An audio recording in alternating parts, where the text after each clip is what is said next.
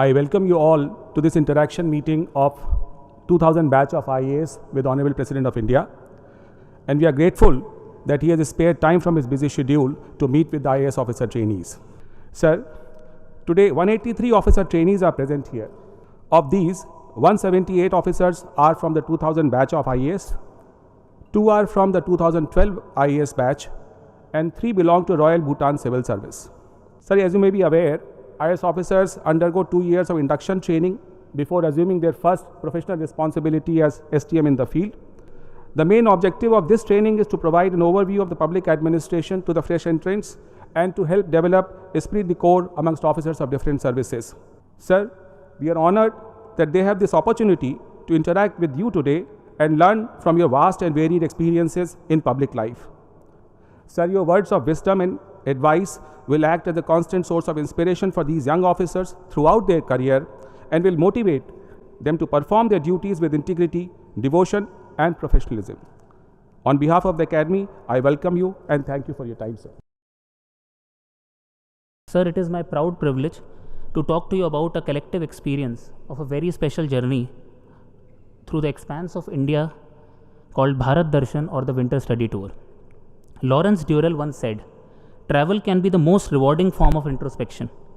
And so, sir, a batch of 180 IAS officers and 3 officers from the Royal Bhutan Civil Services were divided in these 10 groups and were designated routes to experience administration in all its manifestations. I feel Bharat Darshan has a threefold objective. 1, to feel India. Now, we have traveled through India in our capacity throughout our lives. But this time it was like breathing India. So I think we felt India much better. 2, learning from the people who are actually making a difference on the field. And 3, teamwork and leadership. When you're thrown in this diverse travel group, it's teamwork which starts building up. So these are the 3 objectives which we undertook while we were on the Bharat Darshan. During this travel, the expectations of the people were right on our face. We were seen as change agents, raring to go. The feeling itself brought a new reality which was different from the classes and training in the academy.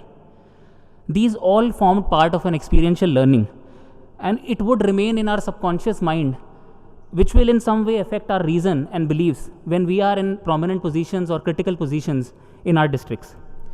Meeting you and seeing you, sir, once again, especially at the precincts of the most prized abode in this country, it is indeed an honor. It is indeed an icing on the cake for our tour to end on this note. Kindly bless us for our future, sir. Thank you.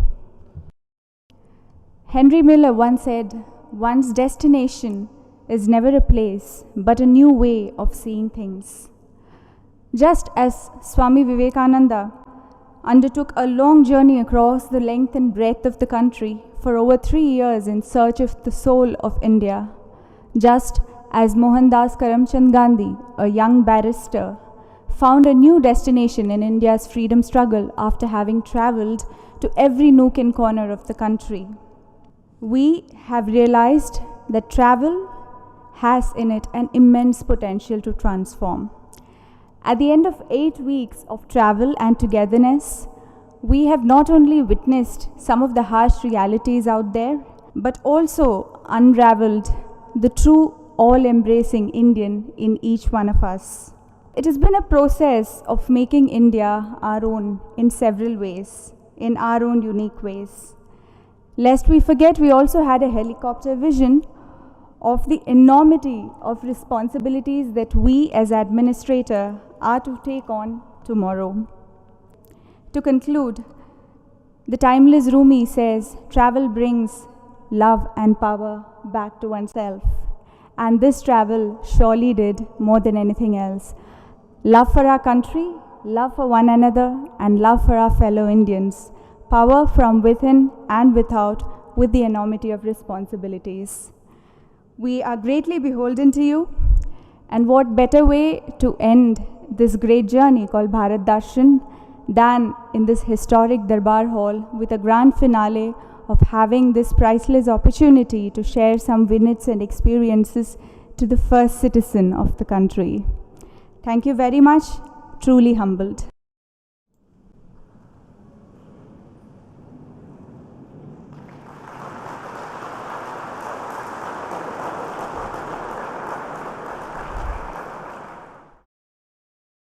May I request the Honorable President of India, Shri Pranab Mukherjee, to address the gathering. At the very outset, I welcome all of you to this historic hall, which is known as Darbar Hall. As you are noticing around you, the magnificent columns, the great dome, and also portraits of some of the illustrious Indians who shaped the contemporary India, and this hall has witnessed many momentous changes in our national life. I am glad to have this opportunity of inviting young men and women who are going to be at the helm of the affairs of our country for the next 30-35 years. When you have entered into this most important civil service, which is Indian Administrative Service, and after completion of your training, I understand it is quite exhaustive, in-depth and perceptive training procedures and programs. You will be posted in your assigned states and will begin your administrative career. Some of you may reach at the pinnacle, but most of you will have very major responsibilities, either in the states or at the federal government. Indian civil servants from its inception, if I remember correctly, the first Indian civil servant, there were civil servants even long before that, was Rabindranath Tagore's elder brother, Satyendranath. He was the first Indian to be successful in this competitive examination and got this assignment in 1869. And since then, this practice is going on with little bit interruption during the two world wars. And after independence, the service was converted into Indian Administrative Service. I will conclude by reminding you a very oft quoted quotation of Mahatma Gandhi, our father of nations. He said this to everybody who were in the role of the policymakers. I quote, this is the talisman which Mahatma Gandhi gave to us. I quote, when you are in doubt or when the self becomes too much with you, recall the face of the poorest and the weakest man whom you may have seen, and ask yourself, if this step you contemplate is going to be of any use for him, will he gain anything by it? Will it restore him to control over his own life and destiny? In other words, will it lead to Swaraj for the hungry and spiritually starving millions? Then you will find your doubt and yourself melting away. Unquote. Young friends, remember this talisman of a man who was less than 95 years, 95 pounds in weight,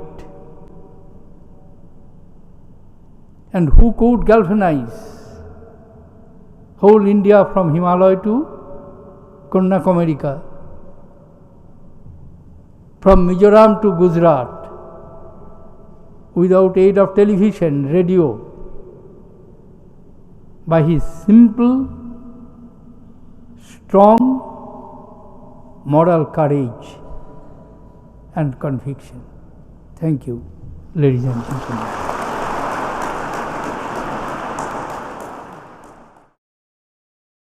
Honorable President of India, sir, it is my proud privilege today to extend this vote of thanks on behalf of the Lal Bahadur Shastri National Academy of Administration and the 2014 batch of the Indian Administrative Service and Royal Bhutan Civil Service. So first of all, we would thank you for taking this valuable time out of your busy schedule for us. And then we also thank you for sharing your wisdom and experiences on wide range of topics such as the transformation of Indian economy and the challenges it's going to pose us, and the very valuable advice at the end on how we should cope up. But sir, on our part, we assure you that the message which you have given to us today, and not only like in terms of the words which you have spoken to us today, but also through your actions which you have undertaken throughout your long and illustrious career in the public service, is going to be instrumental in shaping us and developing us into people's servants. And sir, in the moments of doubt which we will face during our career, I'm sure we will keep on looking at you as a source of our inspiration as our President. Thank you, sir.